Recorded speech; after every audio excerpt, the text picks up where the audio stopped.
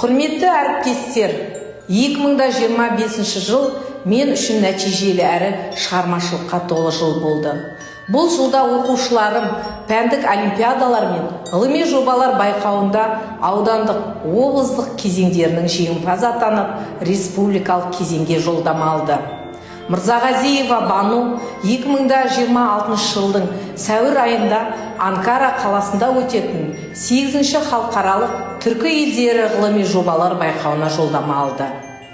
Ауыл мектебі сапа алаңы республика жоба аясында жүйелі жұмыстар атқардым.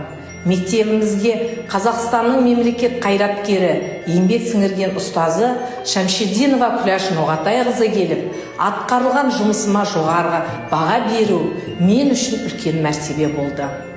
Жыл бойы түрлі деңгейдегі республикалық және облыстық конференцияларда тәжірибе бөлісіп, шебер сабақтар өткіздім. Республикалық үздік авторлық бағдарлама конкурсының жүлдегері атандым. Білім беру саласындағы ерекше еңбегім үшін Қазақстан Республикасы білім беру ісінің құрметті қызметкері төс белгісімен марапатталдым.